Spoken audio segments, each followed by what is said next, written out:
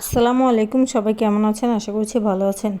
এখানে আমি 1.5 টেবিল চামচ ময়দা নিয়ে নিয়েছি, 2 স্পুন সয়াবিন তেল দিয়ে দিলাম, সামান্য একটু লবণ দিয়ে ভালোভাবে মাখিয়ে নিচ্ছি। আজকের ভিডিওটা দেখবেন, খুবই মজার হতে যাচ্ছে।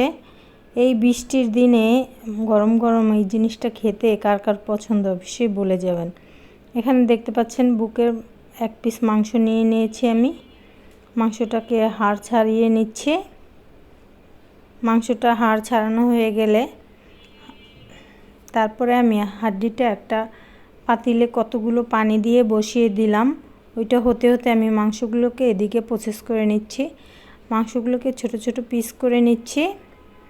ছোট ছোট পিস করা হয়ে গেছে।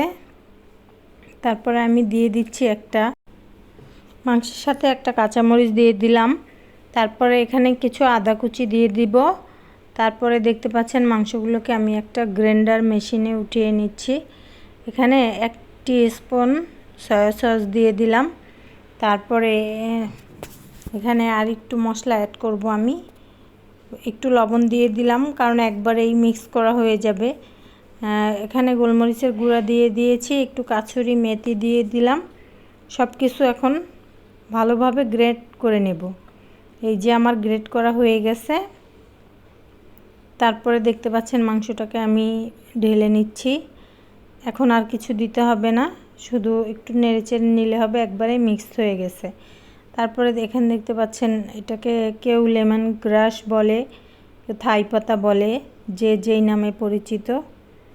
এটা আমি একটু থেতো করে কেটে নিচ্ছি। তারপরে এগুলো কাটা হয়ে গেলে অবশ্যই শেষ পর্যন্ত ভিডিওটা দেখবেন, খুবই ইন্টারেস্টিং একটা খাবার হতে যাচ্ছে। সব কিছু গুছিয়ে নিচ্ছি। তারপরে সব কিছু গুছিয়ে রান্না করলে রান্নাটা খুব দ্রুত হয়ে যায়। আটাটাকে আমি গুলিয়ে রেখে দিয়েছিলাম। তারপরে মাংস রেডি হয়ে গেছে। তারপরে রুটি বেলে এইভাবে গোল গোল শেপের কেটে নিচ্ছি। তারপর এখন দেখতে পাচ্ছেন আমি মোমোগুলো তৈরি করে ফেলেছি। এভাবে কাজ করলে কাজ খুব দ্রুত হয়ে যায়। এখানে একটা পাতিলে আমি 2 চামচ টমেটো সস দিয়ে দিলাম। তারপরে দিয়ে দিলাম সেই থেতো করা লেমন গ্রাস। তারপরে দিয়ে দিব এখানে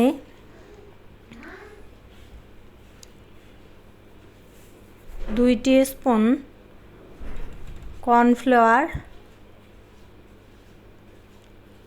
তারপরে দেখতে পাচ্ছেন এখানে আমি সেই হাড্ডিটা জাল দিয়ে রেখেছিলাম, মানে চিকেন স্টক, সেই চিকেন স্টকটা ঢেলে দিয়েছি, সাথে একটু পানিও অ্যাড করে দিয়েছি।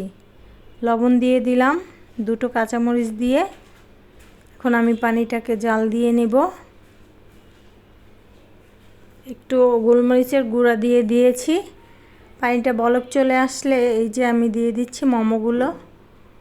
এই তো হয়ে গেছে টেস্টি টেস্টি আমার মোমো স্যুপ। কে কে খেতে পছন্দ করেন অবশ্যই জানাবেন। খেতে কিন্তু অসম্ভব মজার ছিল। বৃষ্টির অপেক্ষায় ছিলাম। বৃষ্টির দিনে এই ধরনের স্যুপ খেতে আমার খুবই ভালো লাগে। তো নামানোর আগে একটু লেবু পাতা দিয়ে আর একটু টমেটো সস দিয়ে নেড়েচেড়ে নামিয়ে নিলাম।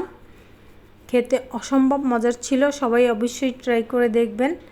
ট্রাই করে না দেখলে বুঝতে পারবেন না এই মোমো স্যুপটা খেতে কতটাই মজার ছিল। খেতে খুবই সুস্বাদু, খুবই টেস্টি। আপনারাও একদিন খেয়ে অবশ্যই কমেন্টস করে জানাবেন। কে কে এই মোমো স্যুপ খেতে ভালোবাসেন অবশ্যই কমেন্টস করে জানিয়ে যাবেন। আপনারাও একবার হলে ট্রাই করে দেখবেন। সবাই ভালো থাকবেন। আল্লাহ হাফেজ।